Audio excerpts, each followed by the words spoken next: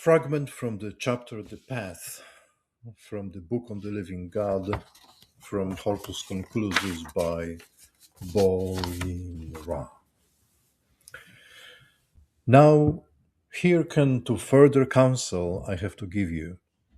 From the day which finds you resolved to walk upon this path, you will have to cut yourself a strong staff for your journey. You will find the right wood if you can discover in feeling the power of the word revealed in every human tongue. Choose the words which speak to your heart, words which will seize you, raise you, and penetrate you. Set aside a short period of time every day, and if possible, always at the same hour, a time when you can seek to be at one in contemplation with the spirit of these chosen words, without being distracted by external duties. Keep a word that has seized you for a long period in your quiet hour as an exercise for your thinking, just as a flautist practices the same passage again and again until he finds the purest sound. You will find many words you can use for such exercises in this book. I have given others elsewhere in my books, but you do not have to stick to my words. Mankind's sacred books are full of words which can seize you and raise you up towards them. Poets and sages have indeed offered such words in abundance. The only danger is that you will also find in these words the false teaching which misunderstanding or widespread convention habitually reads into them. Therefore, I advise you initially to prefer words from my own writings, should you now wish to entrust yourself to my teachings. Begin, as I said earlier, by seeking to fathom these words in thought. Try then to find through them a way of thinking without words. Do not rest until you have completely grasped the deepest meaning of the chosen words in wordless comprehension. Mark them out visually and separate them from other words by writing them down clearly in your own hand. Feel the words you have chosen as though they were your own. Try to create within yourself the spiritual state of the person who first wrote these words down. Seek to awaken your inner ear by trying to hear the sound of the words in your innermost being. When you have achieved certain success in all these forms of understanding, you can go on, but only then, even if it takes a long time to reach this stage. I warn you against being in too much in a hurry to make progress. You may well think you could achieve all this in a matter of hours. Perhaps you already think today, as you are receiving my instructions, that you no longer have any need of these exercises in comprehension. Many who once wanted to follow the path failed to move even past the start on account of such thinking. More is required than you might at first think. There is a need to say much that is inherently very different using similar words. You are not in need of what the poets call an ear for language, though someone with an ear for the sound and rhythm of language and a feeling for the importance of the words is already halfway to understanding what the task demands. Having genuinely achieved everything required here, a new widened sensitivity and greater conscious experience of your existence will assure you of protection against self deception. Walk on, you who strives for the highest of all human goals. Now you must strive to feel those words in yourself with your whole being. Now those words must become alive within you. Not only should your soul be permeated by the spirit of the words, but your earthly body must now learn to feel them in every fiber. The words must be merged with you, with your soul and your body, into one being. Your earthly body must become the body of these chosen words, as though nothing else lived within it.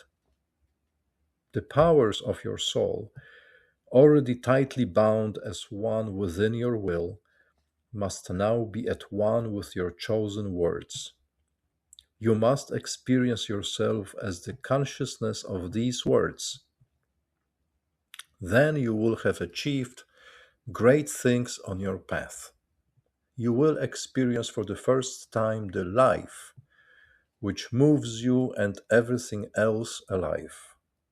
It will seem to you that you are on a new earth, in a new, never suspected world. You will acknowledge that everything called waking existence by the men of this earth is nothing other than torpid sleep and confused dreaming. Already at this stage, you can begin to see the spiritual world, as long as the powers invested in you from the start permit this, and if you are a man of vision rather than conceptual understanding. But if you are by disposition the sort who is in the picture only when he takes hold through understanding the things he wants to know, then visions will hardly occur, and you will experience through understanding. You will be changed into a new man, and you will have attained a consciousness of yourself which can scarcely be compared with your current consciousness. Just as the radiant sun of the bright midday makes the light of a small oil lamp vanish in its own light, so what you today still call your consciousness will be absorbed and vanish in new consciousness. You will then know why the wise man talks of life as the light of man. You will understand the magnificent sense of the much interpreted saying, "In the beginning is the Word, and the Word is with God, and the Word is God. In it all things have life, and its life is the light of man. And the light shines in darkness, and the darkness cannot extinguish it." The writer of these words knew very well what he was saying. You too will know once you have reached this point on your path. Yet the kingdom of heaven yields to force, and only those who use force shall seize it. Without subjugating your impatience, without persistent exercise of your powers, expecting success is not permitted.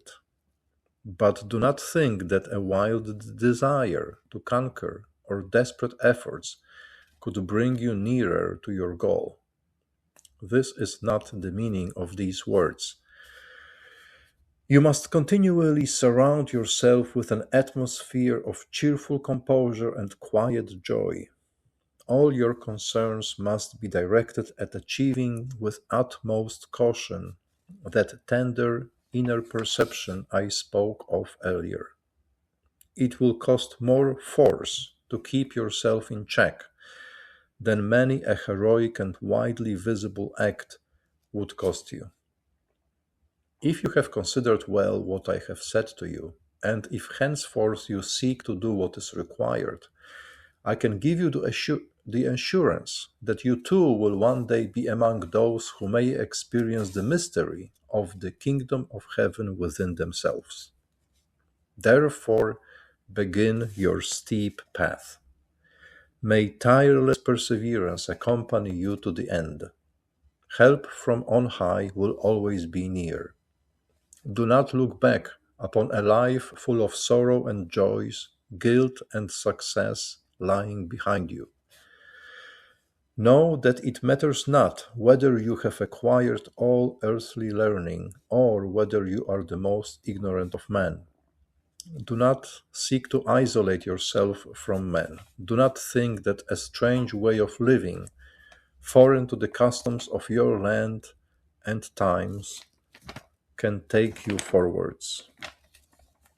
And even less can the way you eat benefit or damage you on your path, apart from keeping your body healthy and maintaining its powers. If you wish to avoid eating the meat of slaughtered animals, then do so.